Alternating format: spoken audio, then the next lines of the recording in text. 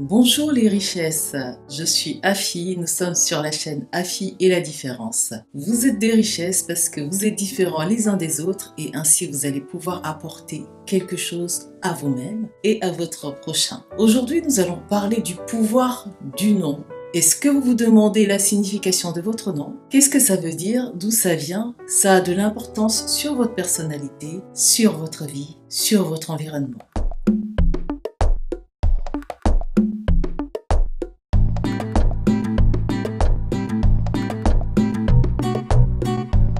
Est-il important de connaître la symbolique de votre nom? Je pense que oui, parce que c'est la chose que vous porterez toute votre existence. Vous répondez à un nom, il est important de savoir l'influence que le nom peut avoir sur vous.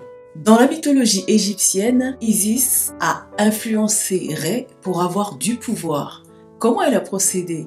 Parce que Ré avait le pouvoir ultime, elle lui a subtilisé sa bave pour fabriquer un serpent. Et ce serpent qu'elle a fabriqué, elle l'a mis sur le chemin de Ré et Ré s'est fait mordre par ce serpent. Il est tombé malade à cause de cette morsure, mais il ne pouvait pas se guérir parce qu'il n'avait pas lui-même fabriqué ce serpent. Il fallait une personne extérieure à lui pour le soigner.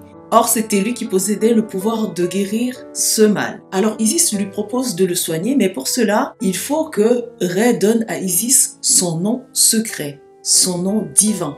Parce que ce nom, personne ne le connaît, mais pour qu'il puisse être guéri, il faut le donner à quelqu'un. Alors, Isis se propose d'être cette personne en qui Ré pouvait avoir tellement confiance qu'il peut donner son nom secret. Tellement sacré que pour lui confier le nom, il a collé sa poitrine contre celle de Isis pour que le nom passe directement de sa poitrine à celle d'Isis pour que cela ne s'échappe nulle part ailleurs qu'en Isis. Ainsi, Isis a pu avoir ce qu'elle voulait, c'est-à-dire avoir une grande puissance. Dans des rites initiatiques, les initiés, quand ils arrivent à un certain niveau, on pouvait leur donner un nom sacré, un nom secret qu'ils ne donnent jamais à personne. C'est dire à quel point ce nom contient du pouvoir et qu'il vaut mieux ne garder que pour soi. D'ailleurs, dans l'Antiquité, les Grecs évitaient de donner le nom de leur divinité tutélaire, de crainte que leurs ennemis ne prennent possession de ce nom-là et donc possession de leur terre, de leur peuple, ne prennent du pouvoir sur eux. Eux-mêmes, en ce sens, savaient donc que quand ils allaient en conquête d'un peuple, à la conquête d'une terre, il valait mieux connaître quelle divinité régnait sur cette terre, parce qu'ils savent qu'une fois que tu connais le nom de la divinité, tu peux faire des promesses à cette divinité-là, des promesses si intéressantes que la divinité va céder d'elle-même son peuple.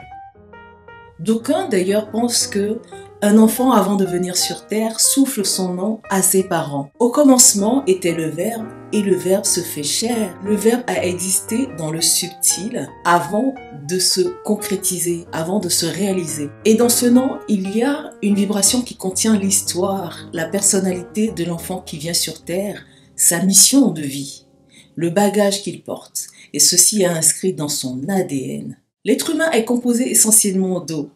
Alors cette vibration, qui est le nom qu'on prononce sur ton nom, va avoir de l'impact, en ce sens que l'eau même a une mémoire. Vous pourriez voir les travaux du docteur Masaru Emoto qui parle de la mémoire de l'eau. Dans son expérience, il cristallise l'eau en prononçant des mots. Alors quand il parle de jolis mots, tels que la paix, la joie, le bonheur, les cristaux qui se forment sont réguliers, sont harmonieux. Mais quand il parle de guerre, de haine, les cristaux sont irréguliers et pas jolis. Donc vous voyez bien que quand on prononce un nom, quand on prononce un mot, une vibration sur l'eau que vous êtes, il y a un effet qui se produit une vingtaine de fois. Tous les jours de ta vie, on prononce cette incantation sur toi, tous les jours. Et cette incantation que tu as choisie en venant résonne en toi parce que tout ton ADN contient des informations auxquelles il fait écho. Et ça vibre, cette vibration-là, ça a un rythme, une rythmique, un chant que ton être reconnaît. Quand on appelle ce nom, c'est toi qu'on appelle. Tu te reconnais, ça t'identifie. Il y a quelque chose qui se fixe en toi. Comment par exemple j'ai choisi le nom du personnage Kamasan Kamidali par lequel je vais raconter des anecdotes lors de mes vidéos. Je cherchais un prénom qui soit ethnique sans l'être vraiment, mais que tout le monde puisse prononcer et que ça chante, qu'il y ait une rythmique. C'est la volonté que j'ai émise en cherchant ce personnage. Quand j'ai fini par écrire Kamasan Kamidali, je me suis dit tout de suite, eh bien ça sonne bien. Mais en même temps, je me disais que ça faisait trop long. Et quand j'ai commencé mes premières vidéos, j'ai coupé ce nom, je disais Kamasan, mais à la fin, je me suis retrouvée à prononcer le tout. Et ça me paraissait plus vrai de dire Kamasan Kamidali que de m'arrêter à Kamasan. Donc ce nom est un tout qui matérialise mon personnage que j'ai créé. C'est comme ça qu'un enfant aussi qui va porter un nom, qu'il soit long, qu'il soit un nom composé, tout le nom, quand on le prononce sur lui, a une certaine valeur. Les petits noms qu'on donne ou les diminutifs de noms, ce n'est pas tellement malin de couper un prénom parce que la prononciation du nom court n'a plus la même résonance sur l'eau de la personne. Et du coup, ça n'appelle pas la personnalité totale de la personne. Le nom doit rappeler à la personne sa mission de vie, sa personnalité, son identité. Et aussi les gens qui ont des prénoms composés, il vaut mieux prononcer Jean-Pierre, Jean-Michel, quand c'est un prénom composé avec le tiret. Jean-Pierre n'est pas Jean, et n'est pas Pierre non plus. C'est bien Jean-Pierre. La sonocantique vient expliquer cela, le son, une vibration et un sens. Pour cela, je vous invite à acheter même le livre de Annie Tranvoué, Mon prénom, un hasard. Elle a écrit aussi la symbolique des prénoms transgénérationnels. Vous pouvez également suivre les travaux de Céline Stanovic, Bourouara, qui, elle, craint d'écrire un livre pour ne pas orienter les gens dans le choix des prénoms. Parce que pour elle, tout vient naturellement. Comme c'est l'enfant qui souffle son prénom, il vaut mieux lui donner le prénom qui vous vient tel qu'il est. Par contre, il est essentiel pour chaque parent de savoir que les choix vont influer la personnalité et la vie de l'enfant. De nos jours, nous faisons des compositions de noms. On va plutôt privilégier des compositions originales de noms qui n'ont aucun sens, ou du moins de sens qu'on ignore. Et quand on fait des créations composées comme ça, il faut s'attendre aussi à des influences sur la personnalité de l'enfant. Suivant la composition sonore du nom, on peut définir la personnalité d'un enfant, son histoire et sa mission de vie. La numérologie aussi vient expliquer le nom. Chaque lettre a une valeur numérique et chaque numéro a une valeur vibratoire. Donc, je mettrai un lien pour ceux que ça intéresse. Vous pourriez voir comment associer chaque lettre à un numéro pour ainsi trouver le numéro qui correspond à l'identité de votre nom. Bien sûr, il n'y a pas que le nom qui influe sur votre personnalité, il y a bien d'autres choses, évidemment. En Afrique, au Togo par exemple, chaque jour, un prénom, garçon ou fille, et chaque jour une personnalité. Donc quand tu portes un prénom, tu sais quel jour de la semaine tu es né, mais tu sais aussi quelle personnalité cela te confère. Les Adjo et les Kodjo qui sont nés les lundis par exemple, on va dire qu'ils sont sages, ils sont posés, ils sont très réfléchis. Les Afi et les Kofi qui sont nés un vendredi sont des personnes qui bougent beaucoup, très rusées d'ailleurs. Donc à chaque jour, sa personnalité pour l'enfant. Ton nom comporte ton historique, ton histoire.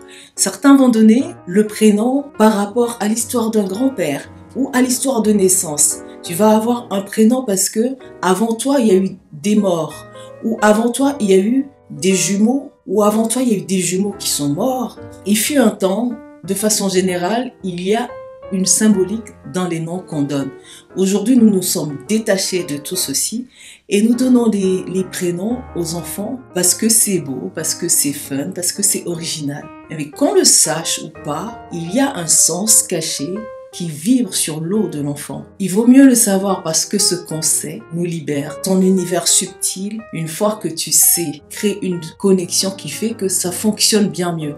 Quand tu connais la symbolique de ton nom, tu sais ce que tu dois éviter, ce que tu dois travailler et il vaut mieux, en ce sens, bien connaître son prénom.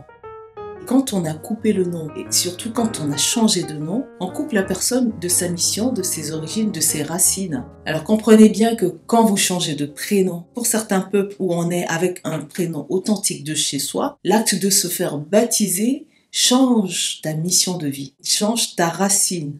Donc ce n'est pas anodin. Quand on le fait, il faut être conscient qu'il va y avoir un changement, qu'on abandonne qui on était. Non, pas seulement ta personnalité, tu abandonnes ta mission de vie, tu abandonnes tes liens familiaux, tu abandonnes tes racines. C'est très important de faire attention à cela. Ce n'est pas un acte anodin. Fais attention à bien choisir dans le sens que tu veux, parce que tu abandonnes quelque chose d'important pour un nouveau nom. Moi, je dis qu'il vaut mieux ne pas changer, parce que de toute façon, la mission que tu as ramenée, si tu ne l'accomplis pas, tu reviendras pour la refaire. Pour ceux qui se baptisent, qui sont déjà nés avec un prénom occidentalisé, par exemple, à leur baptême, on reprend le même prénom. Pour les Africains, en l'occurrence, on te coupe de ta racine pour te connecter à une autre racine. Je pense que votre conscience, votre compréhension vous guidera de meilleure façon une fois que vous savez.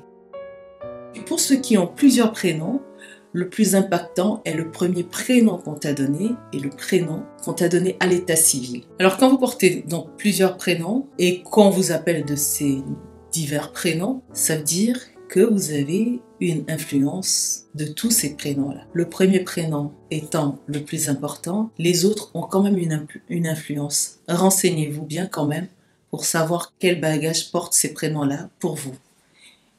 Et quand on parle des prénoms, votre nom de famille aussi a une histoire que vous portez. Cherchez à mieux vous comprendre, à mieux vous connaître. Comme ça, vous serez une force pour vous-même et vous serez une force pour nous aussi. Pour finir, un petit proverbe québécois. Le nom des fous est écrit partout. Le nom des fins est écrit sans fin. J'espère que vous avez aimé cette vidéo. Je vous prie de mettre un like, de partager et abonnez-vous. Je vous dis à très bientôt pour un nouveau sujet. En attendant, mes richesses, prenez soin de vous. À très bientôt.